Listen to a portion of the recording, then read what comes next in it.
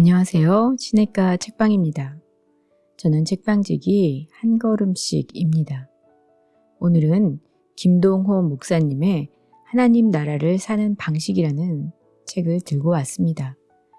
이 책은 5만여 명의 페이스북 팔로워가 날마다 공감하고 도전받은 김동호 목사의 리얼 페이스북 마태복음 이야기 하나님 나라를 사는 방식입니다. 땅에서도 천국 스타일로 살 수 있는 하나님의 식과 방법을 알려주는 이야기로 가득합니다. 저자인 김동호 목사님은요, 하나님이 나와 세상 모두의 주인이라는 하나님 나라의 복음과 그 믿음 철학을 붙잡고서 하늘의 높은 뜻에 순종하려 힘써온 목사입니다.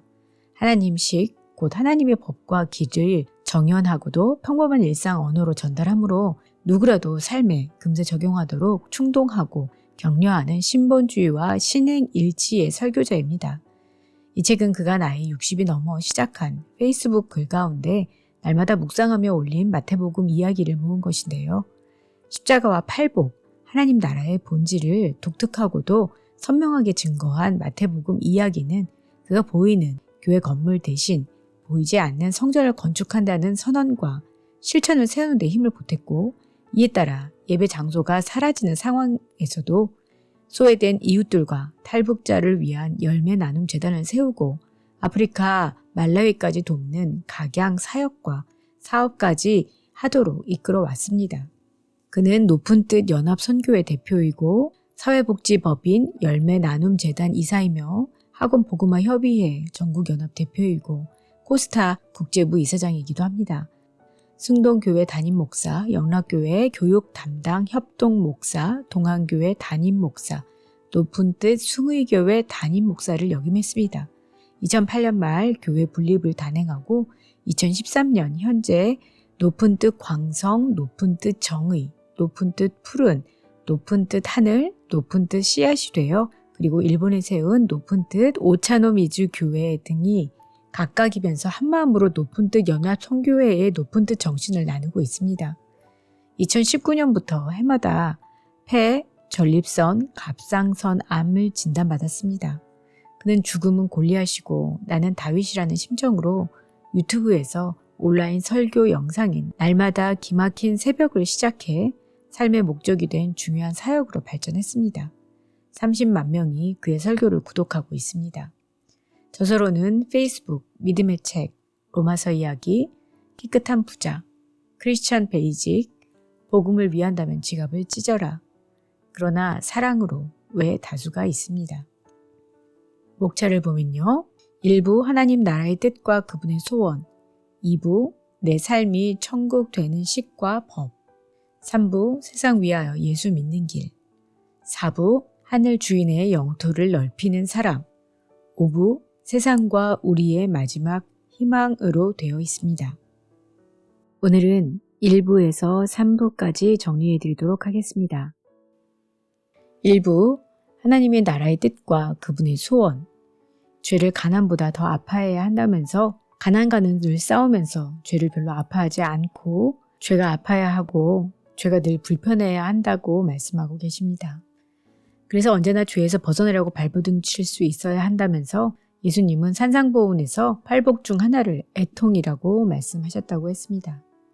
광야는 사탄이 우리를 시험하는 곳인데 사탄이 광야에서 우리에게 하나님을 부인하고 하나님의 뜻과 식과 길과 법을 거부하라고 시험하는데 우리에게 하나님이 가르쳐 주시고 제시하는 길과 다른 길을 제시합니다.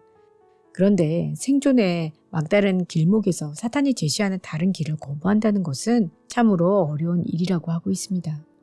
살다 보면 하나님이 계시다면 이럴 수가 있을까 싶을 때가 바로 광야이고 정말 사탄은 그때를 놓치지 않고 우리를 시험하는데 다른 식과 법을 제시하면서 사탄 자신이 우리 하나님이 되려고 하는 것입니다.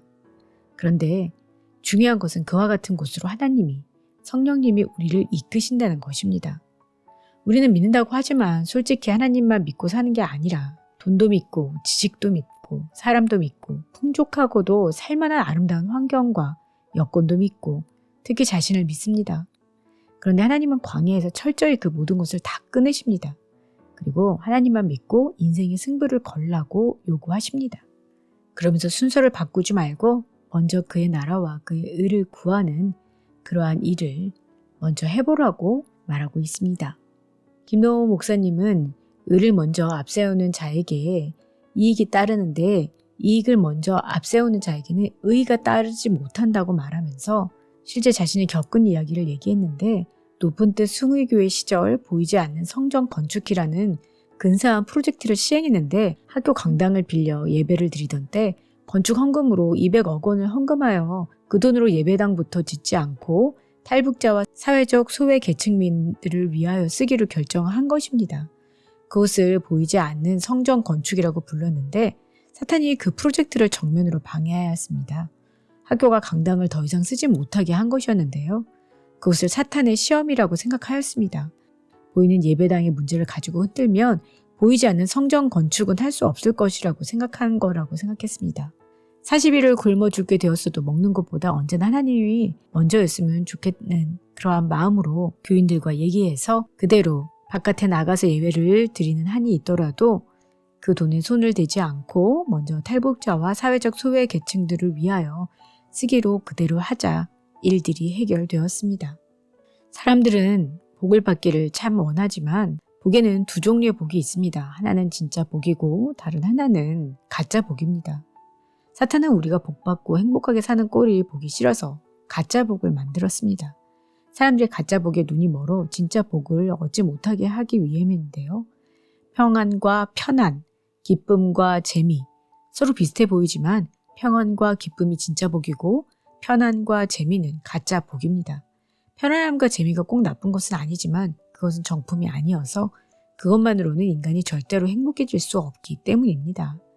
많은 사람들의 불행은 가짜 복에 속아 사는 데서부터 시작됩니다. 우리 인간들은 선악과를 따먹고 범죄한 이후 가치관이 바뀌어 진짜와 가짜를 구별하지 못하게 되었습니다. 구별하지 못하게 된 것이 아니라 가짜를 진짜로 착각하며 살아가게 되었습니다. 하나님의 나라가 보이면 무엇이 좋을까요? 하나님의 나라가 보이면 세상 나라에 대한 욕심이 없어지고 사도 바울도 예수 그리스도를 아는 지식이 가장 고상함을 인하여 세상의 모든 자랑을 배설물로 여겼다고 얘기한 것처럼 그런 시야로 살기를 바랍니다. 목사님은 예전에 미국의 어느 후배의 목사님으로부터 미국의 예수 잘 믿는 청년들이 11조의 서원을 하는데 연봉 10만 불까지는 11조, 연봉 10만 불에서 15만 불까지는 11.5조, 15만 불에서 20만 불까지는 12조 이런 식으로 11조의 누진을 걸어 수입이 많아지면 많아질수록 하나님을 위하여 헌금을 하는 몫을 늘리겠다는 서원을 했다고 합니다. 성공을 하든 부자가 되든 자기의 몫은 어느 이상 늘리지 않겠다는 것입니다. 하나님의 몫과 가난한 이웃의 몫을 늘리겠다는 그 이야기를 듣고 목사님은 그것이 너무 부러워서 본인도 하나님과 약속하고 계속해서 지금까지 힘들지만 실천해 나오고 있다고 합니다. 말로만 하면 실천하지 못할 것 같아서 장부에 가계부를 적듯이 하나님의 몫과 가난한 이웃의 몫과 내 몫을 기록하면서 매달 수입의 51% 정도는 내 몫이고 49% 정도는 하나님과 가난한 이웃의 몫으로 나누고 있습니다. 최근에는 재산의 60% 정도를 하나님과 가난한 이웃의 몫으로 나머지 40% 정도를 가족의 몫으로 나누기로 결정했다고 합니다. 60%의 재산을 처분한 돈으로 펀드를 만들고 예수님이 오실 때까지 자자손손 그 펀드를 키우고 운영하기로 결정했다고 합니다. 2부에서는 내 삶이 천국이 되는 식과 법이라고 말하면서 김동호 목사님은 현재 한국의 교회가 세상을 위하지 않고 교회 자체만을 위하는 그런 모습 때문에 많이 안타까워하시면서 본인이 세상의 빛과 소금이 되어야 하는 그런 교회를 만들기 위하여 애써 일하고 있는 이야기들을 하고 계십니다. 살아가면서 부족하지만 하나님의 말씀을 통하여 깨달은 삶의 법들이 있는데 그 하나님의 법은 세상의 법과 다르다는 것입니다. 하나님의 식이 세상의 식과 달라서 그 식과 법을 쫓아 사는 것이 쉽지는 않지만 감사하게도 하나님이 믿어져서 말씀에 순종해 본 몇 가지 일들이 있었는데 말씀대로 그게 복이 되었다고 합니다. 정말 삶이 시냇가에 심긴 나무 같아서 시절을 쫓아 열매를 맺게 되었다고 정말로 형통하게 되었다고 얘기하고 있습니다. 구체적인 일로 레위기 19장에 추수할 때에 자기 밭이라고 하여도 다 가지면 안 된다고 말씀하시면서 내 귀퉁이는 가난한 이웃을 위해서 베지 말고 곡식단을 들고 가다가 떨어뜨려도 구태여 죽지 말고 가난한 이웃을 위하여 벌어두라는 말씀이 있는데, 이것을 실제로 삶으로 행동하기 위해서 내 귀퉁이가 얼마 되는지 계산해 보니 21%가 넘는 퍼센테이지였다고 합니다. 그래서 자신의 경제적인 영역에 있어서 21.5%보다 더 많이 하나님과 가난한 사람들을 위하여 나누기로 결심하고 그것을 위하여 실천해 오고 있다고 합니다. 주일 예배 시간에 학교 건축에 대한 설교를 한 후 헌금을 작정하였는데, 누가 얼마를 작정하고 헌금했는가를 비밀로 하기로 했다고 합니다. 건축 헌금 담당자는 자연히 알게 되겠지만 누구에게도 말하지 못하게 했고, 목사들에게까지도 헌금을 좀 많이 했다고 자랑도 하지 못하게 되었고, 형편이 어려워 헌금을 많이 못했다고 사람들에게 기죽고 부끄러워할 필요도 없게 되었습니다. 아주 낭만적인 생각이지만 되게 이렇게 하면 헌금이 주는데 줄어도 아주 많이 준다고 합니다. 그런데 헌금이 줄더라도 그렇게 하는 것이 옳다고 생각했고 신앙적이고 기독교적이라고 믿었다고 합니다. 그런데 놀랍게도 교회 출석한 지 얼마 안 되는 높은 뜻 씨앗이 되어 교회 교인들이 그 무거운 헌금을 거의 다 감당하였다고 합니다. 욕심으로 필요 이상의 양식을 쌓아두어 그것을 썩게 만드는 것은 인간밖에 없다고 합니다. 인간은 먹는 것보다 쌓아두는 것이 훨씬 많아서 한쪽에서는 썩어나가고 한쪽에서는 굶어 죽어나가는 일들이 일어나게 됩니다. 부정하게 번 돈만 썩는 게 아닙니다. 정당하게 번 돈이라고 하여도 욕심으로 지나치게 모은 돈은 썩습니다. 돈을 썩지 않게 하려면 열심히 버는 것도 더 열심히 베풀어야 합니다. 즉 나누는 것을 더 열심히 하여야 합니다. 일용할 양식만 남기고. 3부 세상 위하여 예수 믿는 길. 예수님은 보물을 땅에 쌓아두지 말라고 말씀하셨는데요. 이 말씀은 무조건 저축을 하면 안 된다는 뜻이 아니라고 합니다. 두 가지 성경적 증거를 댈 수 있는데, 하나는 창세기 41장 48절 이하에 나오는 요셉의 이야기이고, 하나는 잠언 6장 6절과 30장 25절에 나오는 개미 이야기입니다. 목사님도 저축을 하고 그 저축이 하나님이 될까봐 조심한다고 하네요. 그러므로 저축은 하되 신앙의 축은 여전히 하나님이 되도록 노력하고 있습니다. 사람 중에서도 특히 가난하고 힘없는 소자에 하나님의 관심이 많으신데요. 가난하고 소외된 힘없는 약자를 돕고 섬기는 것이 하늘의 보물을 쌓는 가장 확실한 방법입니다. 하늘의 보물을 쌓는 가장 확실한 방법은 소자에게 따뜻한 마음으로 냉수 한 그릇이라도 대접하는 것입니다. 하늘이신 하나님의 마음이 늘 그곳에 있기 때문입니다. 사람이 하늘입니다. 특히 소자가 하늘 중 하늘입니다. 최고의 하늘입니다. 실제로 많은 사람들이 돈을 하나님처럼 섬기고 여기며 살아가고 있는데요. 돈의 노예로 살아가고 있는 삶입니다. 하나님 외에 그 어떤 것도 그것을 우리 하나님으로 삼는 순간 우리는 그것의 종이 됩니다. 그러나 그것이 하나님은 아닙니다. 우리가 하나님을 우리의 주인으로 삼는 순간 우리는 진정한 자유인이 됩니다. 사람들은 돈 버는 법에 관심이 많은데요. 그렇다고 해서 다 부자가 되는 것은 아니지만 돈을 쓰는 법은 잘 배운 사람은 그다지 많지 않습니다.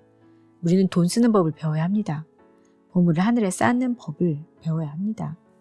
예전에 영락교회에서 협동 목사로 일하고 있을 때에 크리스마스가 되어 교회에서 교인들에게 케이크나 과일 등을 많이 선물 받았다고 합니다.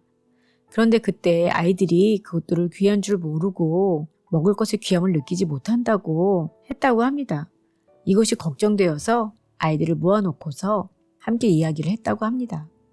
귀한 것이 없어서 가난한 것과 귀한 것이 많은데 그것이 너무 많아 귀한 줄을 모르게 되어 가난하게 된 것은 질이 다른데요.